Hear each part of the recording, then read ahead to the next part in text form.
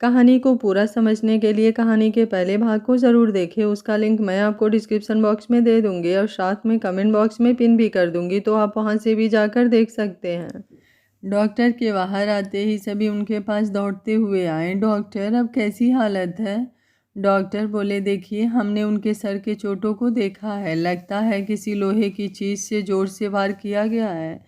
हमने ऑपरेशन तो कर दिया है, लेकिन ब्लड लॉस और ऑक्सीजन की कमी की वजह से अभी भी उनकी हालत क्रिटिकल है। पैरों में भी चोट आई है, लेकिन गनीमत है कि कोई हड्डी नहीं टूटी है। अगले 48 घंटे में उनका होश में आना बहुत ज़रूरी है। विराज जी बोले, डॉक्टर, वो ठीक तो हो जाएगा ना? डॉक्टर बोले, अभी हम कुछ नहीं कह सकते। हमने उन्हें अभी वेंटिलेटर पर रखा है, ऑक्सीजन मास्क लगा हुआ है। उनकी सांसें जितनी जल्दी नॉर्मल होंगी, खतरा उतना जल्दी टल जाएगा।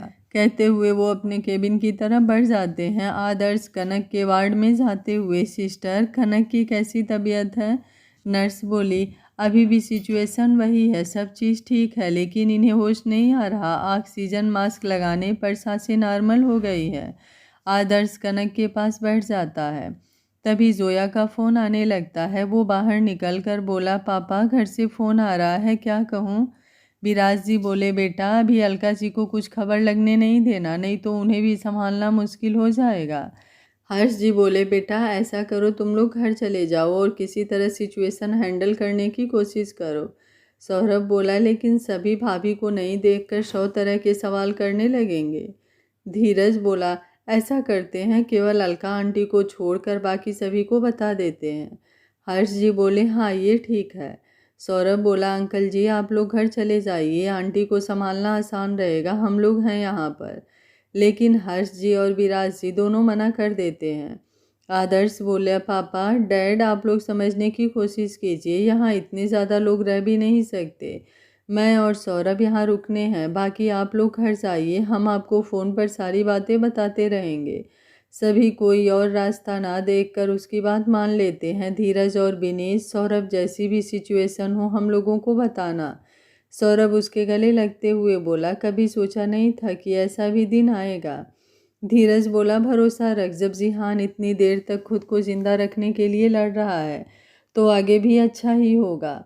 आदर्श और सौरभ को छोड़ बाकी घर के लिए निकल जाते हैं। आदर्श जोया को और सौरभ अनुषा को कॉल कर सारी बातें बताता है। दोनों रोते हुए आने की जिद करती हैं, लेकिन दोनों उन्हें घर पर सबको संभालने के लिए कहते हैं। आदर्श किहान के बारे में पूछता है। जोया बोली, अभी सोया है, आज बहुत रोया है। आदर्श कुछ नहीं कह पाता। जोया भी आगे कुछ नहीं कहती। हर्ष और विराज जी घर पहुंचते हैं। अलका जी और अंकिता जी सवाल करने लगती हैं, क्योंकि उनके साथ आदर्श और कनक नहीं थी।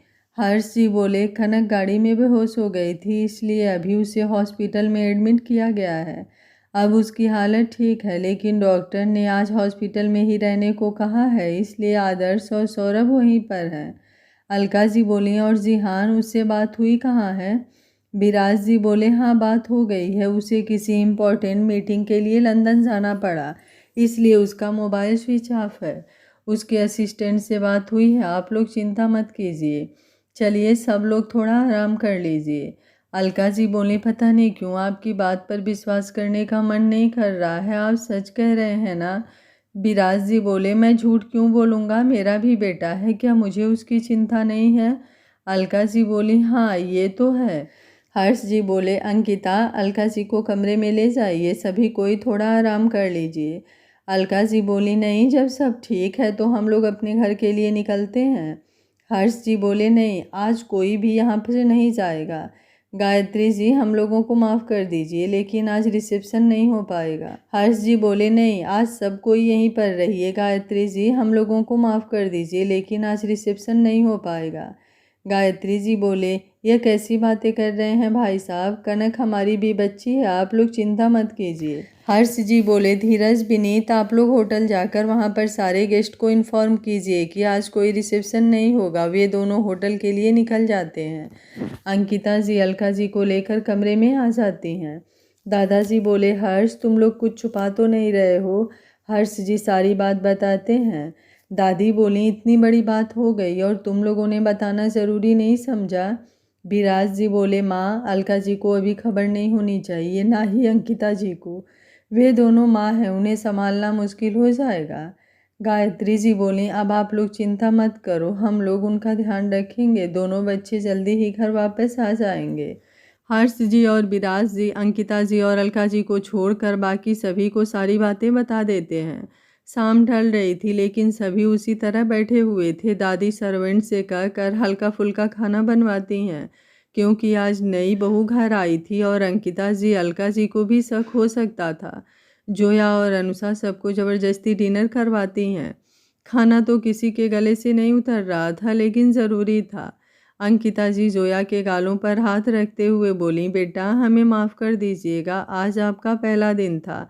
और इस तरह से जोया उनका हाथ अपने हाथ में लेते हुए बोली, कोई बात नहीं माँ, मैं भी इस फैमिली से हूँ, ये मेरी फैमिली है। और जब सभी घर में खुश रहेंगे तो खुशियों की वजह भी अपने आप मिल जाएगी। अंकिता जी को बुरा लग रहा था कि आज जोया और अनुषा का रिसेप्शन था और यहाँ रिसेप्शन तो छोड़ो, आज उनके पति उनके साथ नहीं थे। जोया और अनुषा के साथ बाकी सहेलियाँ भी कनक वाले कमरे में बैठी थी। सभी अपने अपने कमरे में लेटे हुए थे लेकिन नींद तो किसी की आंखों में नहीं थी। यहाँ हॉस्पिटल में भी अभी तक ना ही कनक को होश आया था ना जिहान को। आदर्श और सौरभ कॉरिडोर में बैठे हुए सारी रात आंखों ही आंखों में काट देते हैं। किहान आज रात में बहुत ज़्यादा रोता है। सुषमा उसे अपना दूध पिलाने की कोशिश करती है लेकिन वो दूध नहीं पकड़ता। अनुषा किसी तरह कटोरी चम्मच से 2-4 चम्मच दूध पिलाती है। अलका जी और अंकिता जी भी उसे लेकर सुलाने की कोशिश करती हैं लेकिन वो थोड़ी देर सोते ही फिर से रोने लगता है। अलका जी बोली, जोया जिहान को फ़ोन लगा, अब तो वहाँ पहुँच गया होगा ना। कनक की तबीयत खराब है और वो यहाँ सब छोड़कर वहाँ मीटिंग में बिजी है। पता नहीं क्यों दिल मानने को तैयार नहीं है, नहीं तो वो जब भी बाहर जाता है मुझे बताकर जाता है। और अब की बार वो लंदन गया और मुझे बताना ज़रूरी नहीं समझा, यहाँ तक कि किसी का कॉल नहीं उठा रहा। पता नहीं क्या बात है। जोया बोली, मॉम आप परेशान मत होइए, भाई को बता देंगे तो वो वहाँ परेशान हो जाएंगे, आने में भी ज़्यादा टाइम लगेगा। अलका जी बोली, हाँ वो भी है, कनक के बारे में सुनते ही वो वहाँ रुक नहीं पाएगा। अनुषा बोली, आंटी आप लोग भी जाकर आराम कीजिए, हम लोग किहान को संभाल लेंगे। इसी तरह करते हुए रात कटती है। विराज जी से तो कुछ बोला ही नहीं जा रहा था। अगली सुबह 6 बजे डॉक्टर आकर फिर से दोनों को एग्जामिन करते हैं। आदर्श बोला, अब कैसी हालत है डॉक्टर? डॉक्टर बोले, देखिए मैंने पहले ही कहा है कि उनका होश में आना ज़रूरी है। हमारे लिए अच्छी बात सिर्फ ये है कि हालत अगर सुधरी नहीं है तो बिगड़ी भी नहीं है। आदर्श बोला, और कनक कैसी है? डॉक्टर बोले, उनकी हालत वैसे ही है, समझ नहीं आ रहा है कि वो होश में क्यों नहीं आ पा रही हैं। आई होप उन्हें जल्दी होश आ जाए। कहते हुए डॉक्टर अपने केबिन की तरफ बढ़ जाते हैं। आदर्श बोला, सौरभ आप घर चले जाइए, सब कोई परेशान हो रहा होगा, आप भी फ्रेश होकर कुछ ब्रेकफास्ट कर लीजिएगा। सौरभ बोला, भाई प्लीज़, मैं अभी यहाँ जिहान और भाभी को छोड़कर कहीं नहीं जा सकता। तभी जोया का फ़ोन आने लगता है। आदर्श रिसीव करते हुए बोला, क्या हुआ? जोया बोली, आदर्श हम किहान को लेकर हॉस्पिटल आ रहे हैं, वो रात भर बिल्कुल नहीं सो पा रहा है, ना ही कुछ खा रहा है। आदर्श बोला, ठीक है मैं सौरभ को भेज रहा हूँ, आप उनके साथ आ जाइएगा। फ़ोन रखते हुए, घर पर किहान की हालत ठीक नहीं है, आप जाकर जोया को ले आइए। सौरभ बोला, ओके जल्दी जाता हूँ। सौरभ के जाने के बाद आदर्श कनक के वार्ड में आता है। वो कनक के पास आकर बैठते हुए, प्लीज़ होश में आ जाइए बच्चा, आपकी बहुत ज़्यादा ज़रूरत है। जिहान और किहान की हालत ठीक नहीं है, दोनों को आपकी ज़रूरत है। कनक को होश नहीं आता लेकिन उसकी उंगलियां आदर्श के हाथों पर कस जाती हैं। आदर्श नर्स को जल्दी से डॉक्टर को बुलाने को कहता है। आदर्श बोला, आप सुन रही हैं ना, जिहान बिल्कुल सांस नहीं ले पा रहा है, डॉक्टर ने उसकी हालत बहुत ख़राब बताया है।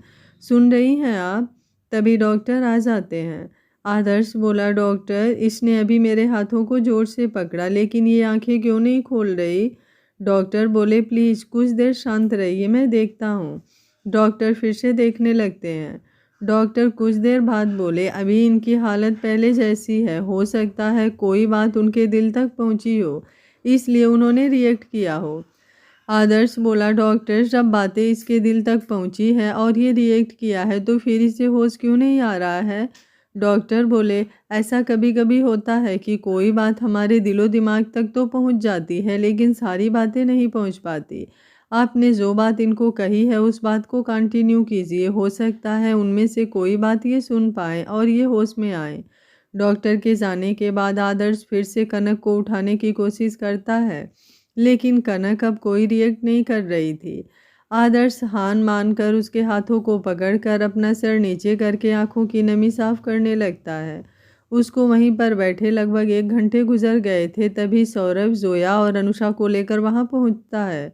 किहान अभी भी रोते हुए अपने मम्मा के पास जाने की जिद कर रहा था।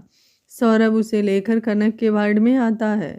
किहान के रोने की आवाज़ सुनकर आदर्श सर उठाकर किहान को देखता है, तभी अचानक से फिर से उसके हाथों पर कनक की पकड़ महसूस होती है। वो किहान को देखते हुए कनक को देखता है।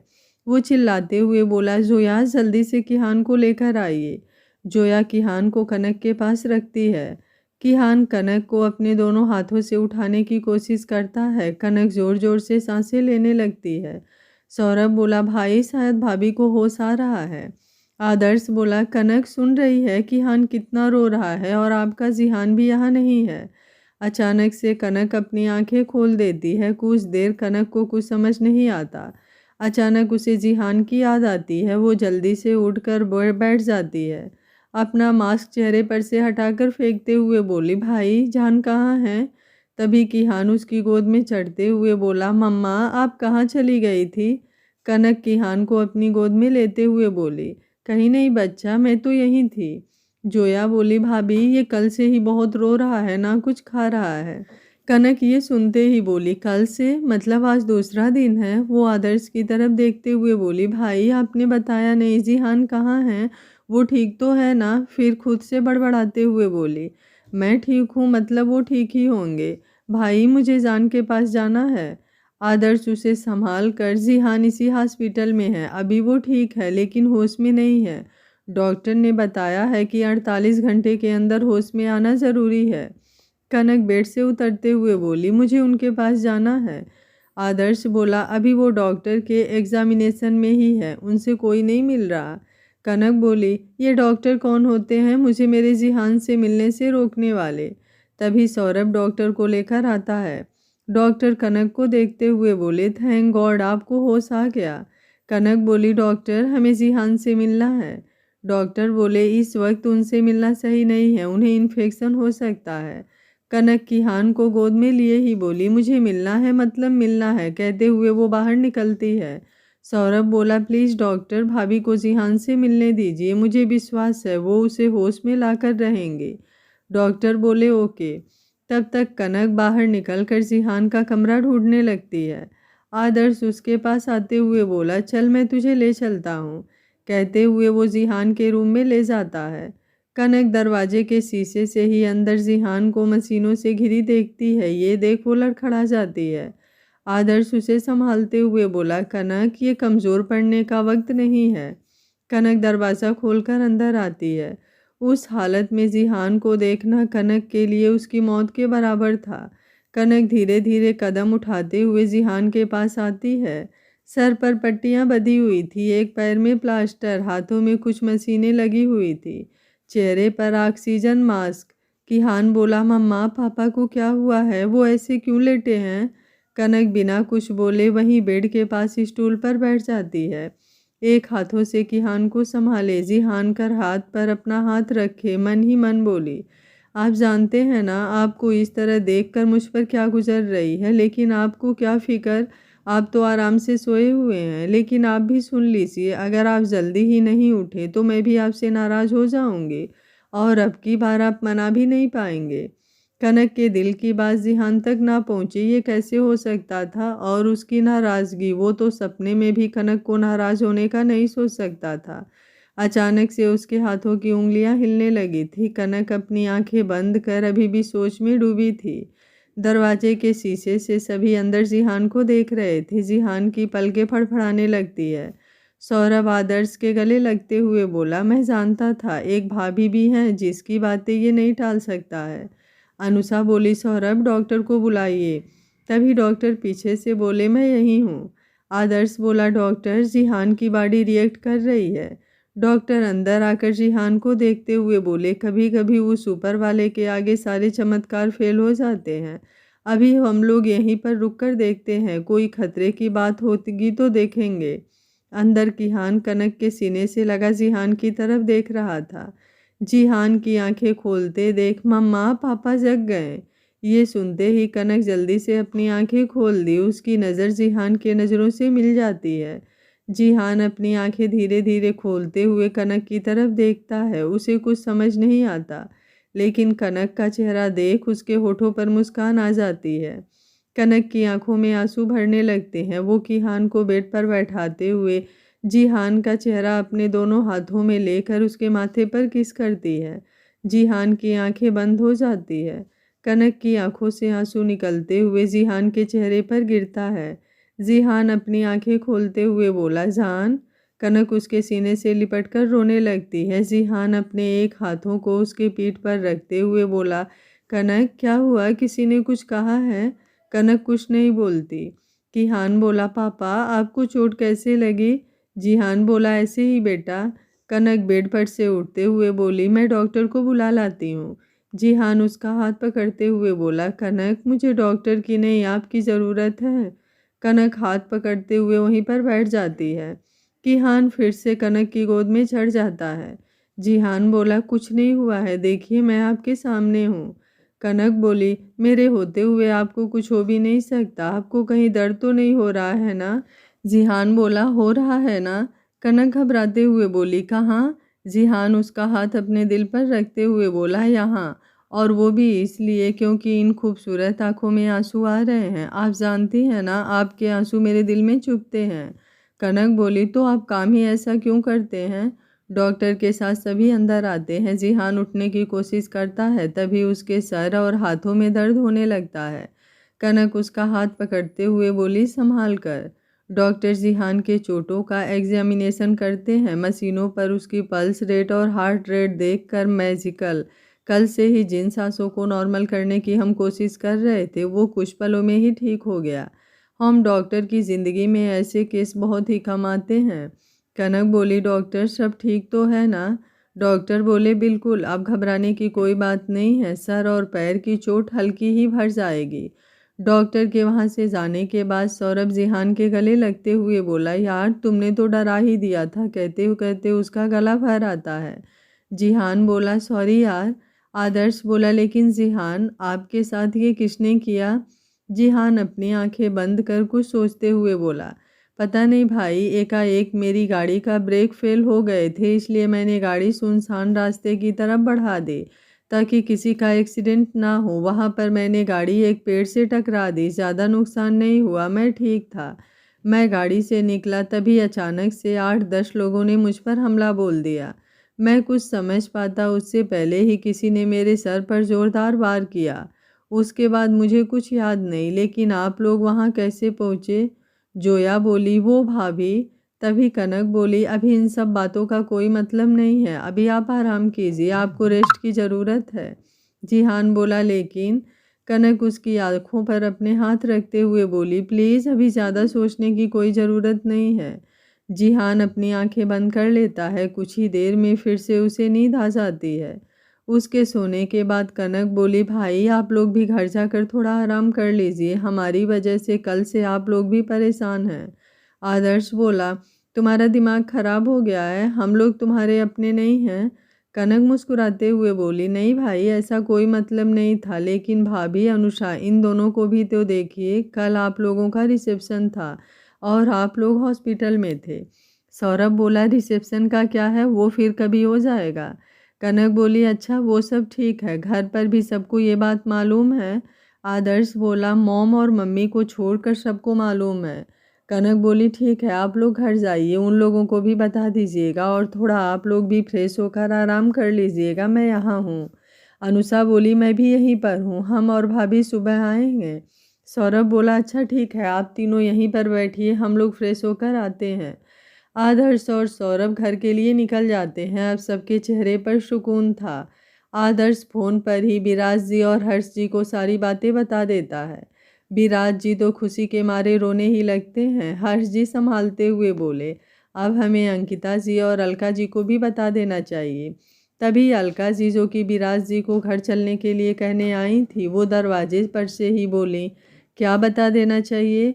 पहले तो विराज जी और हर्ष जी अलका जी को देखकर हैरान हो जाते हैं। फिर खुद को संभालते हुए विराज जी अलका जी का हाथ पकड़ते हुए बोले, अलका, मैंने झूठ बोला था कि जिहान लंदन गया है। अलका जी बोली, तो फिर वो कहाँ है? विराज जी बोले, कल उसका भयंकर एक्सीडेंट हो गया था। अलका जी ये सुनते ही जोर से बोली, क्या? विराज जी बोले, देखिए अभी वो ठीक है, उसे अभी होश आया है। अलका जी रोते हुए बोले, मतलब वो कल से हॉस्पिटल में था और आप लोगों ने हमें बताना भी ज़रूरी नहीं समझा? हर्ष जी बोले, भाभी सिचुएशन बहुत ख़राब थी, इसलिए हमने आपसे बात छुपाई, लेकिन अब चिंता की कोई ज़रूरत नहीं है। जिहान और कनक दोनों ठीक हैं। अलका जी रोते हुए बोली, मुझे उसके पास जाना है। जब तक अपनी आंखों से अपने बच्चे को ना देख लूँ मुझे चैन नहीं आएगा। विराज जी बोले, हाँ हम लोग चलते हैं। कुछ ही देर में सभी लोग हॉस्पिटल पहुँचते हैं। कनक, अनुषा और जोया के साथ जिहान के कमरे में ही सोफे पर बैठते हुए किहान को दूध पिलाती है। वो दूध पीते ही सो जाता है। जोया और अनुषा कल से लेकर अब तक किहान के बारे में बताते हैं। कनक अपने बेटे को ध्यान से देखती है। चेहरा मुरझा गया था, आंखें सूज गई थी। कनक बोली, जोया, अनुषा, मेरे बारे में जिहान को अभी कुछ पता नहीं चलना चाहिए। उनके सर पर चोट है, मेरे बारे में सुनकर वो कहीं ज़्यादा घबरा जाएंगे। जोया बोली, लेकिन भाभी, भाई जगने पर फिर से जानना चाहेंगे कि आखिर उनके पास पहुँचे हम कैसे। कनक बोली, कोई बात नहीं, हम 1-2 दिन तक किसी तरह इस बात को नहीं छेड़ेंगे। अनुषा बोली, चल ठीक है, मैं चाय लेकर आती हूँ, कल से तुमने भी कुछ नहीं खाया है। कनक बोली, मुझे अभी कुछ भी खाने का मन नहीं है। तभी सारे घर वाले पहुँच जाते हैं। सभी लोगों का शोर सुनकर जिहान की नींद खुल जाती है। अलका जी रोते हुए बोली, तेरा ध्यान कहाँ रहता है? कितना बड़ा एक्सीडेंट हो गया? जिहान बोला, मॉम ठीक हूँ मैं। एक एक कर सभी जिहान से मिलते हैं और सारे समाचार पूछते हैं। नर्स बोली, देखिए आप लोग इतनी भीड़ मत लगाइए। कुछ देर बाद हर्ष जी सबको समझा बुझाकर घर ले जाते हैं। सौरभ आदर्श के साथ घर पहुंचकर नहा धोकर फ्रेश होता है। आदर्श बोला, सौरभ कुछ ब्रेकफास्ट कर लीजिए, फिर हमें हॉस्पिटल निकलना होगा। मेड टेबल पर नाश्ता लगा देती है। दोनों जल्दी जल्दी खाकर फिर से हॉस्पिटल के लिए निकल जाते हैं। विराज जी और अलका जी कुछ देर वहीं रुकते हैं। जिहान से सारी बातें पूछने के बाद जिहान उन्हें भी घर जाकर आराम करने को कहता है, लेकिन अलका जी नहीं मानती। दोपहर तक आदर्श, सौरभ किसी तरह समझा बुझाकर अलका जी को घर भेज देते हैं। जिहान बोला, जोया, कनक कहाँ है? अब सबका ध्यान कनक कर जाता है तो कहीं नहीं दिखती। किहान वहीं सोफे पर सो रहा था। आदर्श बोला, मैं जब से आया हूँ तब से कनक को नहीं देखा। जिहान की घबराहट बढ़ने लगती है। सौरभ बोला, भाभी यहीं कहीं होंगी। किहान यहीं पर है तो वो उसे छोड़कर कहीं थोड़े जाएंगे। जिहान बोला, उन्हें फ़ोन लगाओ। आदर्श फ़ोन लगाता है। कनक फ़ोन उठाते ही बोली, भाई अभी मैं कुछ ज़रूरी काम से बाहर आई हूँ, कुछ देर बाद बात करती हूँ। आदर्श बोला, लेकिन तू है कहाँ? कनक बोली, आकर बताती हूँ भाई। फ़ोन काट देती है। आदर्श बोला, किसी काम से बाहर गई है। जिहान राहत की सांस लेता है। नर्स उसे कुछ खाकर दवा खाने को कहती है। सौरभ कैंटीन से जाकर सूप लाता है। आदर्श धीरे से सहारा देकर जिहान को बैठाता है। सूप खत्म करने के बाद वो दवा लेकर सो जाता है। आदर्श बोला, जोया, अनुषा, आप लोग घर जाइए। सौरभ बोला, भाई आप इन लोगों को लेकर जाइए, मैं तब तक रुकता हूँ। आदर्श बोला, ठीक है। वो जोया और अनुषा को लेकर घर आ जाता है। सौरभ वहीं सोफे पर किहान के पास बैठ जाता है। शाम को जब कनक आती है तो सौरभ और जिहान दोनों सोए हुए थे। किहान भी अभी तक सो रहा था। कनक जिहान के पास बैठते हुए उसका हाथ अपने हाथ में लेकर चूम लेती है। वो मन ही मन बोली, जिसने भी आपको चोट पहुंचाने की कोशिश की है उसने अपनी मौत को खुद दावत दी है। इस वक्त उसकी आंखें अंगारों की भांति जल रही थी। रात में आदर्श सौरभ और कनक को घर जाने को कहता है, लेकिन कनक नहीं मानती। आदर्श किसी तरह सौरभ को घर भेज देता है। अलका जी और विराज जी रात को एक बार जिहान को देखकर फिर घर चले जाते हैं। उनके घर में किसी को मालूम नहीं था कि जिहान हॉस्पिटल में है। रिसेप्शन पोस्टपोन होने के लिए केवल अरमान जी को बताया था कि कनक की तबीयत ठीक नहीं है। हर्ष जी और विराज जी ने डिसाइड किया था कि अभी जिहान के हॉस्पिटल में होने की बात कहीं आउट नहीं होनी चाहिए। अपने अनुभव के आधार पर उन्हें ये पता था कि उसके ज़िंदा बचने की बात सुनकर उसका दुश्मन फिर से अटैक करने की कोशिश करेगा, इसलिए ये बात अभी जितने कम लोगों में रहे उतना ही अच्छा है। रात में कनक जिहान को अपने हाथों से खिचड़ी खिलाती है। किहान भी थोड़ा सा खाता है। आदर्श घर से ही खाकर आया था, वो बगल वाले रूम में आराम करने चला जाता है। कनक थोड़ी सी खिचड़ी खाकर जिहान के पास बैठ जाती है। कुछ देर बाद नर्स आकर दवा बताती है और एक इंजेक्शन लगाती है। कनक जिहान को दवा खिला देती है। उसके कुछ देर बाद जिहान गहरी नींद में चला जाता है। कनक किहान को उसी के एक साइड सुला देती है। जिहान के पास बैठे बैठे उसकी भी झपकी लग जाती है। अगले 2-3 दिन इसी तरह गुजरते हैं। सर का घाव अब धीरे धीरे भर रहा था। डॉक्टर डिस्चार्ज कर देता है, लेकिन अभी 1 महीने तक उसे रेस्ट करने की सलाह देता है। कनक जिहान के साथ जिहान के घर आ जाती है। घर आने पर अरमान जी और अंजना जी को मालूम होता है कि जिहान का एक्सीडेंट हुआ था। अर्जुन और कविता भी हैरान हो जाते हैं, लेकिन इन सब में एक बात थी कि अनुज 4 दिन से घर नहीं आया था। अंजना जी को चिंता हो रही थी, लेकिन उन्होंने डर के मारे अरमान जी को कुछ नहीं बताया। सारे दोस्त घर पर जिहान से आकर मिलते हैं। सौरभ ऑफिस का काम संभाल रहा था। अनुषा भी उसके साथ घर आ गई थी। जोया जिहान से मिलकर आदर्श के साथ फिर घर चली जाती है। कनक जिहान का पूरा ख्याल रख रही थी। 1 हफ्ते बाद सर का टाँका भी कट जाता है। पैर भी अब हल्का हल्का मूव हो रहा था। 1 हफ्ते में सर का टाँका कट जाता है। अब घाव धीरे धीरे भर रहा था। रात के वक्त जिहान कनक को बाहें में लिए सो रहा था। दवाओं की वजह से इस वक्त नींद ज़्यादा आती थी। कनक आधी रात को अपनी आंखें खोलती है। जिहान और किहान गहरी नींद में थे। वो चुपके से उठकर कमरे से बाहर आ जाती है और चुपके से चारों तरफ देखते हुए घर से बाहर निकल जाती है। कुछ देर में वो एक जगह पहुंचती है। वो छोटा घर था। कनक दरवाज़ा खटखटाती है। एक लड़का आकर दरवाज़ा खोलता है। कनक अंदर आकर दरवाज़ा बंद कर दिया। वो लड़का बोला, मैम अब उसकी बुरी हालत हो गई है, वो अपने सेंस में बिल्कुल भी नहीं है। कनक कड़क आवाज़ में बोली, उसे ये सब पहले सोचना चाहिए था। कहते हुए वो अंदर एक कमरे में आती है। लाइट जलाते ही ज़मीन के कोने में दुबका एक आदमी अपनी आंखों पर हाथ रखते हुए बोला, लाइट मत जलाओ, प्लीज़ लाइट मत जलाओ, मेरी आंखों में दर्द हो रहा है। कनक की आंखें गुस्से से लाल हो उठी थी। वो तेज़ी से आगे बढ़ते हुए उसका बाल पकड़कर चेहरा ऊपर करती है। वो अनुज था। कनक उसके बालों पर दबाव बढ़ाते हुए बोली, जितना चीखना है चीख, तेरी इस चीख से मेरे दिल को सुकून मिलता है। अनुज बोला, प्लीज़ मुझे माफ़ कर दो, मैं दोबारा कोई गलती नहीं करूँगा।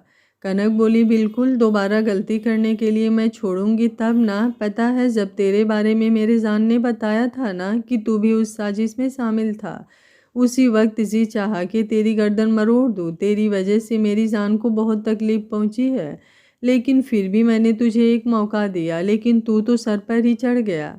लेकिन अब ये गलती भूल कर भी नहीं होगी। तू जब तक जिंदा रहेगा इसी तरह तड़पता रहेगा। जितनी सांसें लेने के लिए मैं तड़पी हूँ, उन सब का सूद ब्याज समेत तुम्हें वसूल करूँगी। वो वहाँ पर खड़े 4 बॉडीगार्ड को कुछ इशारा करती है। वो सब मिलकर उसका पैर बांधते हुए ऊपर लटका देते हैं। अब उसका सर नीचे था। एक बॉडीगार्ड एक झोला देता है जिसमें कुछ चूहे थे। कनक उस थैले का मुंह खोलते हुए अनुज का पूरा सर उसमें घुसाकर गर्दन पर झोला बांध देती है।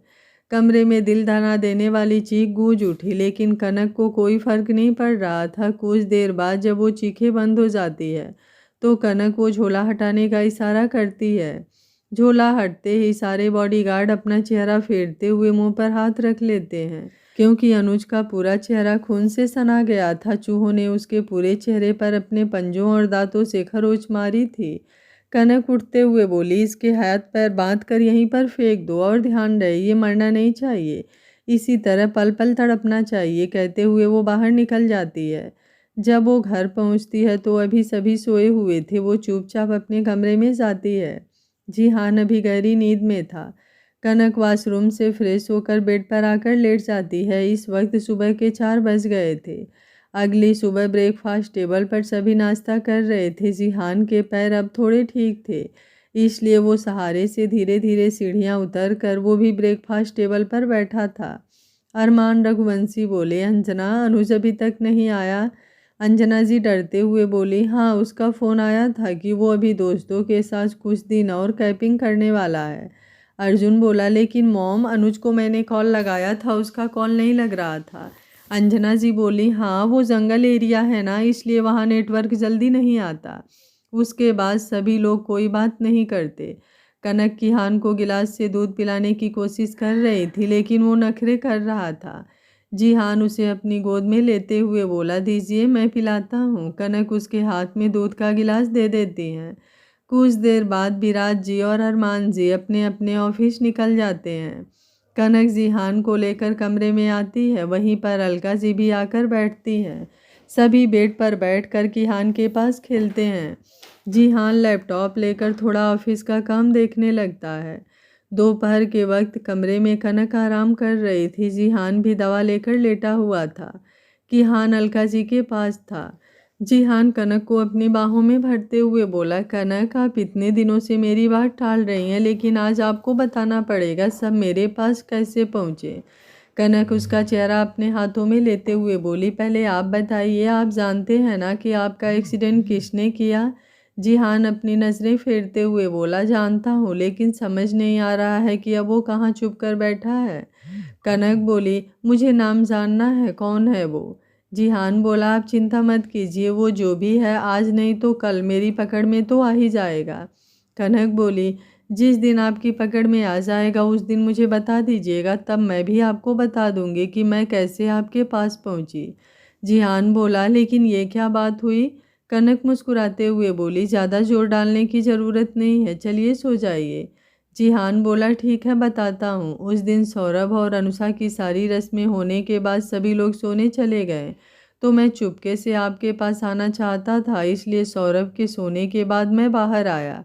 मैंने सोचा कि बॉडीगार्ड मेरे साथ रहेंगे तो सबको पता चल जाएगा, इसलिए उनको वहीं पर छोड़ अपनी गाड़ी से आ रहा था।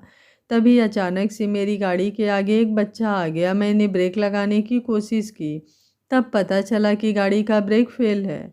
मैंने किसी तरह उस बच्चे को बचाते हुए गाड़ी आगे निकाली, लेकिन अब मुझे समझ नहीं आ रहा था कि आखिर गाड़ी का ब्रेक फेल हुआ कैसे, क्योंकि सौरभ के घर जाते वक्त गाड़ी सही थी। मैंने गाड़ी को सुनसान रास्ते की तरफ बढ़ा दिया।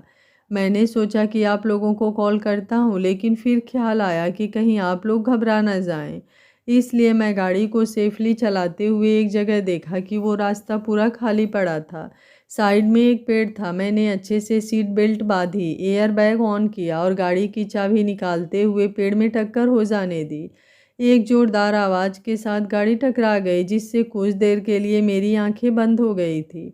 लेकिन जब आंखें खोला तो सब ठीक था। गाड़ी बंद पड़ चुकी थी। मैं बाहर निकला और जैसे ही मोबाइल लेकर अपने बॉडीगार्ड को फ़ोन करने का सोचा, अचानक 10 लोगों ने हमला बोल दिया। मैं उन लोगों से लड़ने की कोशिश कर रहा था, तभी वहाँ पर अनुज आ गया। उसी ने एक लोहे की राड से मेरे सर पर वार किया। मैंने बेहोश होने से पहले उसका चेहरा देख लिया था, लेकिन उसके बाद धीरे धीरे मेरा होश खोने लगा। मेरे गिरने के बाद उसी लोहे की रॉड से उसने मेरे पैर पर वार किया।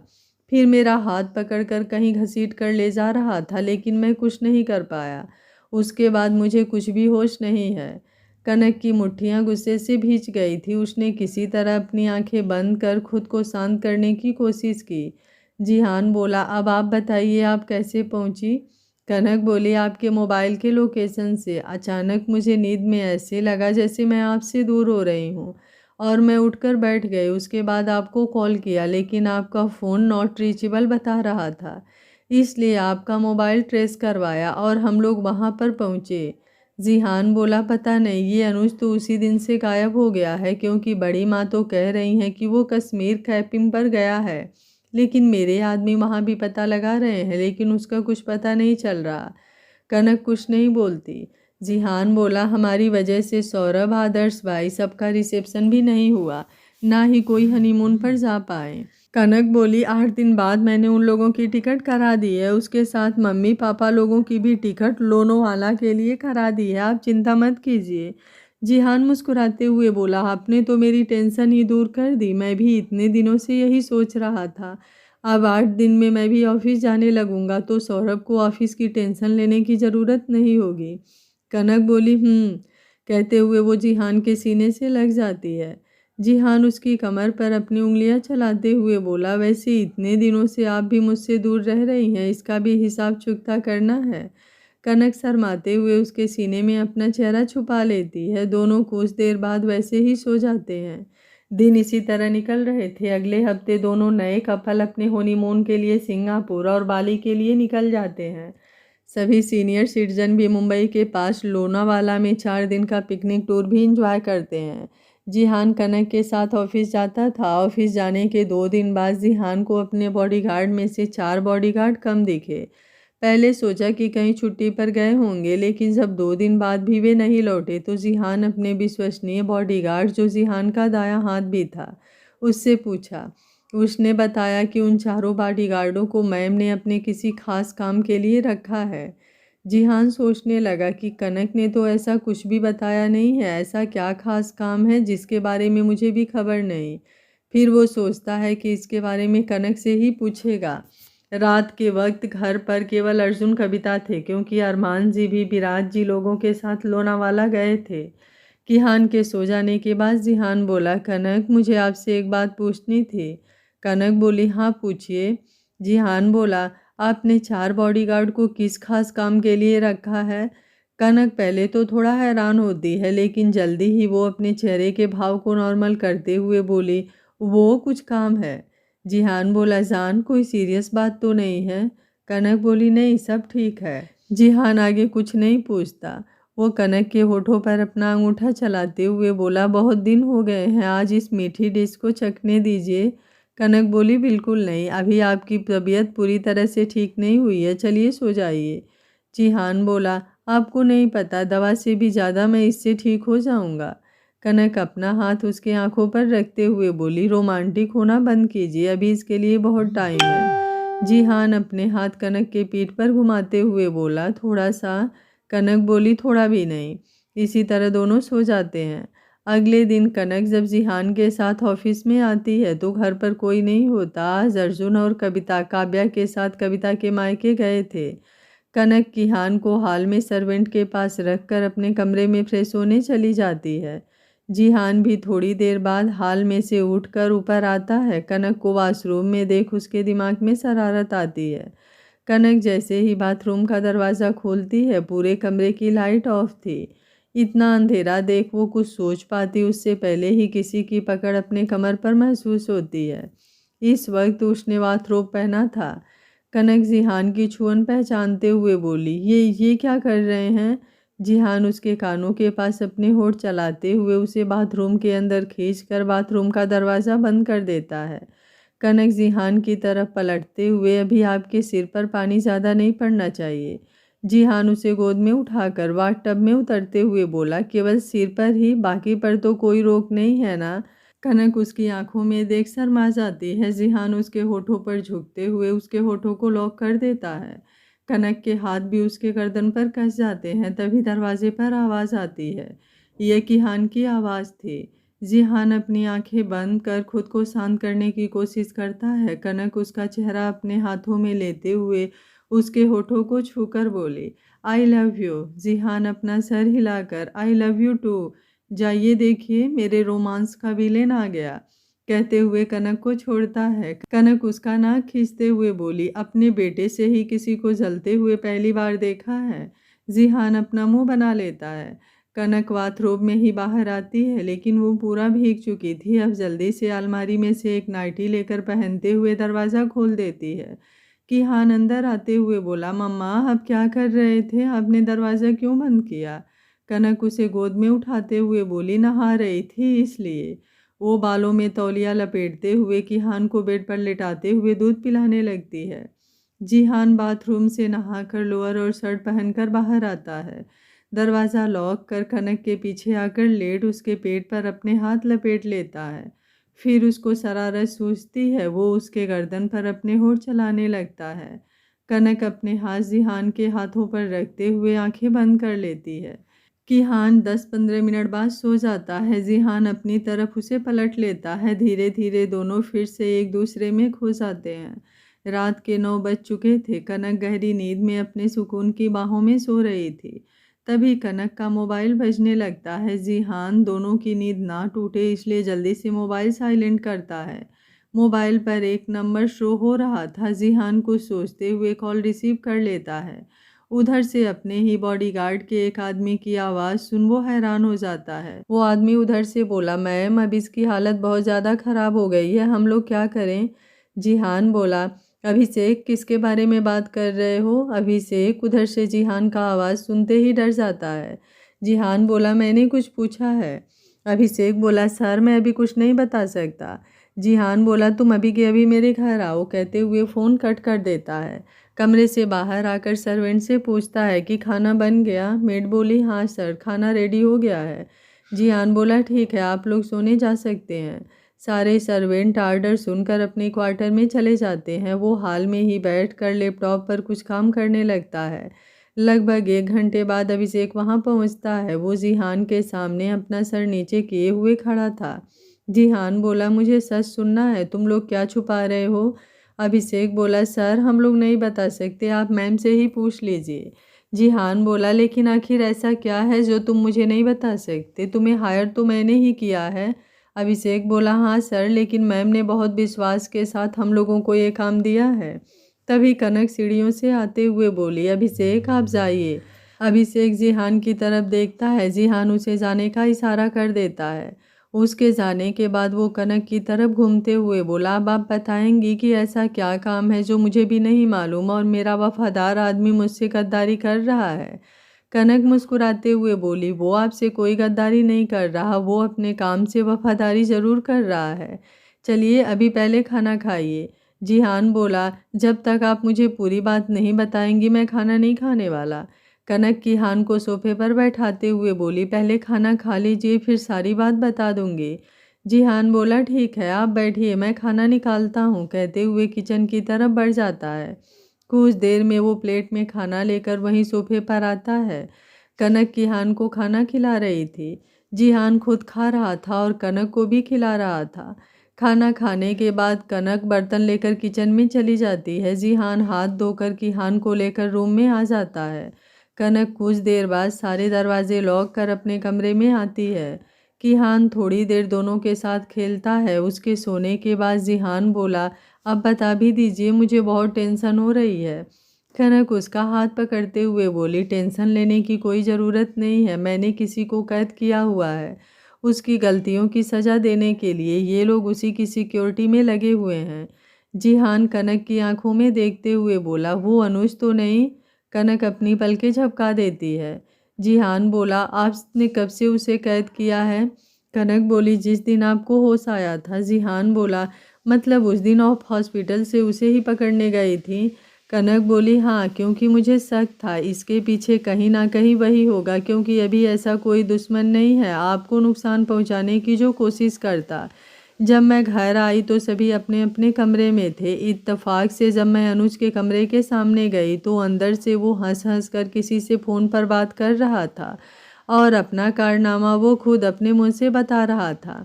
मैंने कमरे में घुसकर दरवाज़ा बंद किया।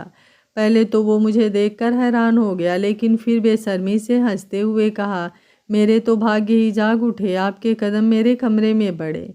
मैंने वहीं पर रखा वास उठाकर उसके सर पर दे मारा। जब तक वो संभलता तब तक मैंने उससे मार मार कर अधमरा कर दिया था। उसके बाद उसके मुंह में कपड़ा ठूंसते हुए उसका हाथ पैर बांध दिया।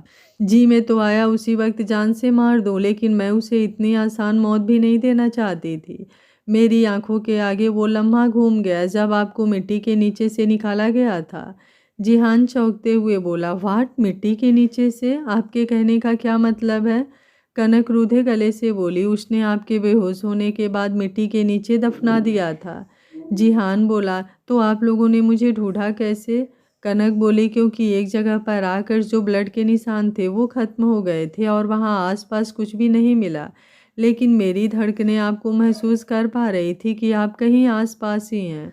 पता नहीं क्यों मैंने ध्यान से वहाँ देखना शुरू किया तो एक जगह पर हम लोगों को मिट्टी अभी अभी उकेरी गई दिखी और हम लोगों ने वहाँ से मिट्टी हटाना स्टार्ट किया और आप हमें मिल गए। सभी को लगा कि आप और मैं वहीं बेहोश हो गई, मुझे कोई होश नहीं। उसके बाद कैसे आप हॉस्पिटल पहुँचे ये सब मुझे नहीं पता। जिहान कनक का चेहरा अपने हाथों में लेते हुए आंखों से आंसू पोंछते हुए बोला, वो एक बुरा सपना था जो बीत गया, मैं आपके सामने हूँ सही सलामत। कनक उससे लिपटते हुए बोली, जिंदगी चाहे जितने इम्तिहान ले ले लेकिन वैसा पल फिर कभी ना आए।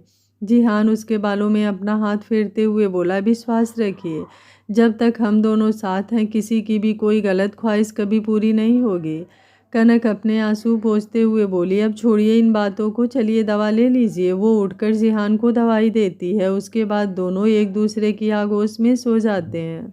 अगली सुबह ऑफिस निकलते समय जिहान बोला, कनक मुझे अनुज से मिलना है। कनक बोली, लेकिन अभी किहान हमारे साथ है, मैं इसे लेकर वहाँ नहीं जा सकती। जिहान बोला, हम आपके घर चलते हैं, माँ बाबा वहीं पर हैं और आपके दादा दादी भी। किहान को कुछ देर वहीं पर रख देंगे। कनक बोली, ठीक है। दोनों पहले आदर्श के घर जाते हैं। किहान को वहीं पर रख कर कनक जिहान को लेकर उसी जगह जाती है जहाँ उसने अनुज को बंद करके रखा था। दरवाज़ा खटखटाते ही एक लड़का दरवाज़ा खोलता है, दोनों अंदर आते हैं। कनक जिहान को उस कमरे में लेकर जाती है जहाँ पर अनुज था। इस वक्त वो ज़मीन पर औंधा लेटा हुआ था और उसके पूरे शरीर से मवाद निकल रहा था।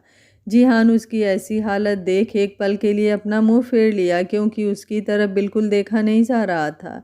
इस वक्त उसके पूरे शरीर पर जख्म था और उनसे खून निकल रहा था। हड्डी हड्डी दिख रही थी, चेहरे और सर के बाल बड़े बड़े हो गए थे। जिहान बोला, कनक ये सब आपने किया है? कनक केवल सर हिला देती है। जिहान बोला, लेकिन इतना टॉर्चर, ये मर जाएगा। कनक बेफिक्री से बोली, तो मर जाए लेकिन अभी नहीं, जब मैं चाहूँ तब। इसने आपको जिंदा ज़मीन में दफन करने की कोशिश की थी ना, मैं इसे जिंदा पूरा नर्क दिखाना चाहती हूँ। जिहान की आवाज़ सुनते ही अनुज आंखें खोलकर ज़मीन पर रेंगते हुए बोला, जिहान मेरे भाई तू आ गया, देख मैं अपने हर गलती की माफ़ी मांगता हूँ। अपनी पत्नी को बोल मुझे मार दे, मैं जीना नहीं चाहता। देख मैं अपने सारे गुनाहों की माफ़ी मांगता हूँ, तू चाहे तो मैं पूरे लोगों के सामने माफ़ी मांग सकता हूँ। मैं पुलिस के सामने भी अपने गुनाह कबूल कर लूँगा। हाँ, मैंने तुझे मारने की कोशिश की, मैं तेरे बच्चे की जान लेना चाहता था, लेकिन जब वो हाथ नहीं आया तो मैंने सोचा कि तुम्हें अपने रास्ते से हटा देता हूँ, लेकिन मुझसे बहुत बड़ी गलती हो गई, मुझे माफ़ कर दे। कनक बोली, जिहान चलिए, कहते हुए वो उसका हाथ पकड़कर कमरे से बाहर ले जाने लगती है। अनुज बार बार जिहान का नाम लेकर चीखने लगता है। बॉडीगार्ड फिर से उसे खींचकर अंदर ढकेलते हुए दरवाज़ा बंद कर देते हैं। बाहर जिहान बोला, आप इसे यहाँ लाई कैसे? कनक बोली, इसका हाथ पैर मुंह बांधने के बाद मैंने इसे घसीट कर बालकनी से नीचे फेंक दिया, फिर मैं भी बालकनी से उतरकर नीचे आई और इसे झाड़ियों में धकेल दिया, क्योंकि इस वक्त बाहर वॉचमैन और कुछ सिक्योरिटी गार्ड थे। मैंने अपने बॉडीगार्ड को कॉल किया और उन्हें बुलाया। वो हॉस्पिटल के पास ही आपकी सिक्योरिटी में खड़ा था। कुछ देर बाद मैं उससे बाहर एक कैफ़े में मिली और इससे आपकी टीम से विश्वसनीय बॉडीगार्ड मांगा और उन्होंने इन चारों को भेज दिया। मैंने सारा काम समझाकर हॉस्पिटल चली आई। मेरे हॉस्पिटल जाने के बाद ये इसे एक कंबल में लपेट कर बाहर चले आए, क्योंकि ये आपके सिक्योरिटी गार्ड थे। इस पर किसी ने ध्यान नहीं दिया। ये इनमें से एक बॉडीगार्ड का घर है, ये अकेले रहता था, इसलिए मैंने इसे दूसरा फ्लैट लेकर रहने को कहा और यहाँ पर इसे कैद किया। ये तब से हमारी कैद में है। जिहान बोला, लेकिन अभी बहुत ज़्यादा टॉर्चर हो चुका है, अब इसे छोड़ दीजिए। कनक गुस्से में फुफकारते हुए बोली, कभी नहीं, इसे जिंदा छोड़कर मैं ऐसी कोई गलती नहीं करना चाहती जिसकी भरपाई मैं ना कर पाऊँ। दिया था ना मौका हमने इसे जिंदा रहने का, लेकिन इसने अपनी मौत को दावत खुद दिया है। जिहान बोला, लेकिन अगर ये मर गया तो कहीं आप पर कोई संकट ना आ जाए। कनक बोली, आप चिंता मत कीजिए, ये अपनी मौत खुद मरेगा, जैसे हमने उस अजय और उसके चमचे का हाल किया था। जिहान बोला, लेकिन बड़ी मम्मी बड़े पापा इससे बहुत प्यार करते हैं। कनक बोली, और आपके मम्मी पापा आपसे प्यार नहीं करते? जिहान बोला, आप कैसी बातें कर रही हैं? आप भी जानती हैं कि मेरे मॉम डैड मुझे कितना प्यार करते हैं। कनक बोली, मेरे जानने से क्या होता है, लेकिन क्या ये बात आपके इस सो कॉल्ड भाई को नहीं पता थी, जो इसने आपकी जान लेने की कोशिश की, वो भी ऐसे कि दुनिया में आप गुमनाम हो जाएं, आपके माँ बाप सारी फैमिली तड़पती रह जाए और आपको ढूंढ भी ना पाए। और तो और पहले इसने मेरे बेटे को मारने की कोशिश की। आपने कभी सोचा है अगर ये अपने प्लान में सफल हो जाता तो आज हम किस हाल में होते। किस्मत हर बार इतना मेहरबान नहीं होती और सांप को जिंदा छोड़ना मतलब उसे फिर से 10 गुना तेजी से डसने का मौका देना। और मैं ये गलती बिल्कुल नहीं करूँगी। आपको तरस आ रहा है इस पर। एक बात बताइए, अगर आपकी जगह मैं होती तब भी आपका यही फैसला होता? जिहान चीखते हुए बोला, किसी ने आपकी तरफ हाथ उठाने की कोशिश भी की तो मैं उसकी ज़िंदगी छीन लूँगा। कनक बोली, तो आप कैसे सोच सकते हैं कि मैं इसे छोड़ दूँ? जिहान कुछ नहीं कह पाता। वो कनक की हालत समझ रहा था, लेकिन उसे डर लग रहा था कि कहीं कनक किसी खतरे में ना पड़ जाए।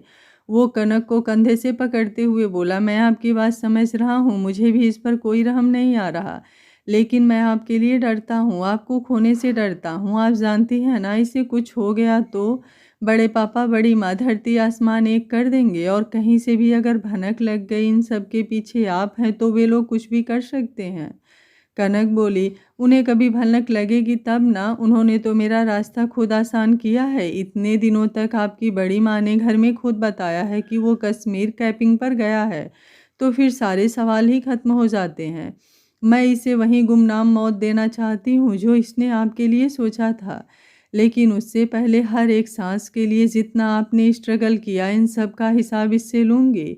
इसकी हर एक सांस मेरी कर्जदार रहेगी। जब मैंने अपनी ज़िंदगी को मिट्टी तले दफन देखा था तो मेरी उस समय क्या हालत हुई थी इसका कोई अंदाज़ा भी नहीं लगा सकता है, आप भी नहीं समझे। ये बोलकर वो जाने लगती है। आगे क्या होगा इस कहानी में जानने के लिए देखते रहिए कहानी का अगला भाग। अगर आपको कहानी अच्छी लग रही है तो वीडियो को लाइक, शेयर एंड चैनल को सब्सक्राइब कर लीजिएगा। Thank you for watching. मिलते हैं कहानी के अगले भाग में।